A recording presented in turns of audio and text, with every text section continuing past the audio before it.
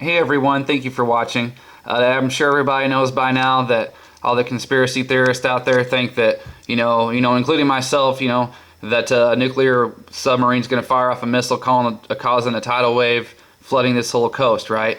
And then down here in Louisiana, sinkhole is going to blow, causing a big earthquake that's going to cause the Great Lakes to sink into, or to flow into the Gulf of Mexico. Hoover Dam is going to go boom, causing all this flooding here, and then California have a massive earthquake and sliding off to the sea along with parts of the West Coast. I want to go ahead and show that whether or not that's going to happen, that this is already happening right now, and I want to go ahead and prove that. So let's first of all start with this. There is the research done, and now there's documentation done by some doctor down there in Louisiana, or wherever he's from, I don't know, but went down to Louisiana. And as you can see, the Louisiana coast is sinking into the Gulf of Mexico. So Gulf of Mexico, Louisiana sinking into it.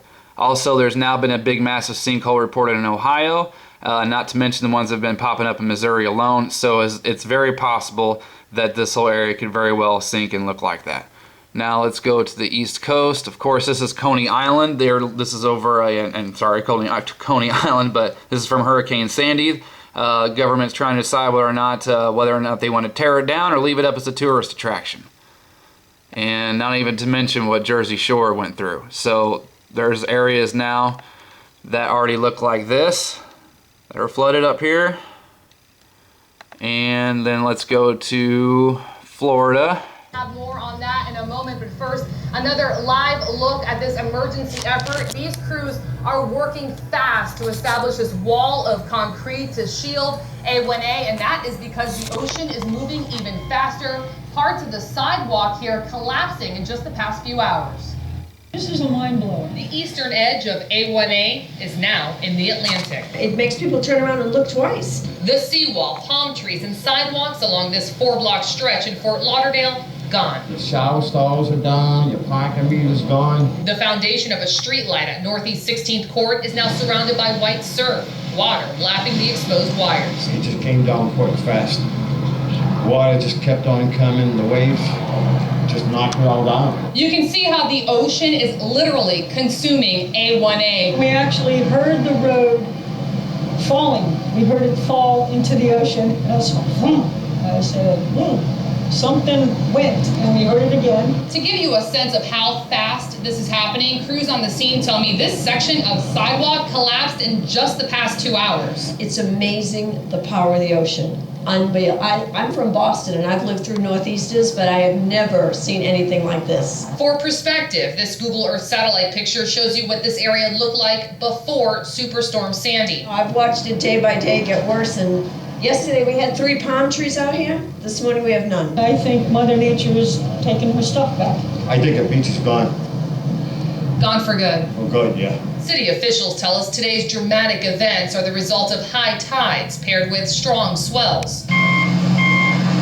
Within hours, the Florida Department of Transportation declared an emergency, calling in 2,500 feet of concrete barriers to protect what's left.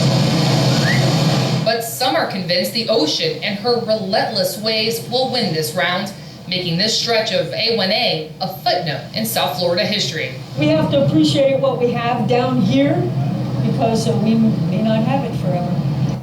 And of course, these crews are going to be working overnight, part of a team effort to make sure this road does stay here forever. Now, you may notice that traffic is moving smoothly. That's because police made it to the 2 southbound lanes are open to one way for drivers moving in both directions. What is uncertain tonight is when the northbound lanes will open. We saw crews out here, they're inspecting, surveying, trying to make sure it's safe, worried that over time it too may end up in the ocean. Calvin? So impressive out there. Christina Vasquez live for us.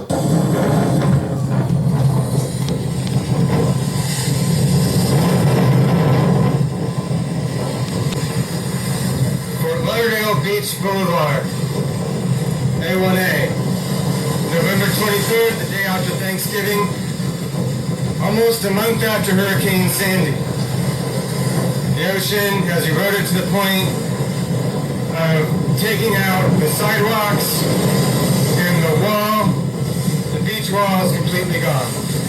All gone. Say goodbye to Fort Lauderdale Beach. Okay, so as we just seen now, right? So we have evidence that Florida's already looking like that now anyway. Okay, now let's go over to the West Coast.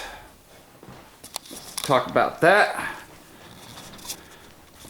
At Portland and Seattle, but you know, sorry about all that movement, guys. Be numbered as more heavy rain is expected to come in, particularly into Central California tonight. Right now, LA just seeing a few spritzes here and there. We had some steady rainfall earlier in the day. Now we're getting a break there. We're getting a break in San Francisco, as we mentioned. It's Northern California that's just not getting a break at all. More heavy rain coming into the area right now. The coastal regions have already begun to see some flooding, particularly along Highway 101, and even some snow up in the mountains, though you got to go pretty high to find that. The snow levels are going to be more like 7,000 feet and above in the Sierra Nevada. Here around the Cascades of Washington, snow levels up above around 4,000 and 5,000 feet. But the higher peaks will get at least a foot in some of those areas. Looks like we'll be okay around Interstate 90, Snoqualmie Pass. That's at an elevation of about 3,000 feet. As we mentioned, snow levels should be up above that. More wet weather coming into both Seattle and Portland. But again, the heaviest rain is going to be here in Northern and Central California. Sacramento to San Francisco to Monterey. Between now and Sunday, we could see as much as 3 inches of rain. 6 inches of rain here in Northern California from the coast into the foothills of the Sierra Nevada, and some of that up into the Oregon coastline too, where we're going to see very, very gusty winds. Those areas already under a high wind warning. So more rain, more mountain snow, and the flooding, yeah, we're going to find more of that too. There's the flood warning we were talking about out toward the north coast. Inland areas under a flood watch here from Redding down I-5 to Sacramento and Stockton, and there again in some of the areas nearer the mountains. So a lot of wet weather to come, a lot of windy weather still to come, and we'll talk more about it with our own Chris Warren. Okay, there you go. So now do we not have evidence that California could possibly look like that and is going to look like that in the near future? You know, there's been record flooding in the United Kingdom, Ireland, Japan, China, all over the globe this year. Record amount of ice melting in the north. This is not conspiracy. Whether or not these things happen by all the missiles and Hoover Dam blowing, nobody knows for sure. But all I can tell for sure is that this is just a big, massive amount of water displacement. And this map is the country is going to most likely look like this in the next 5 to 10 years.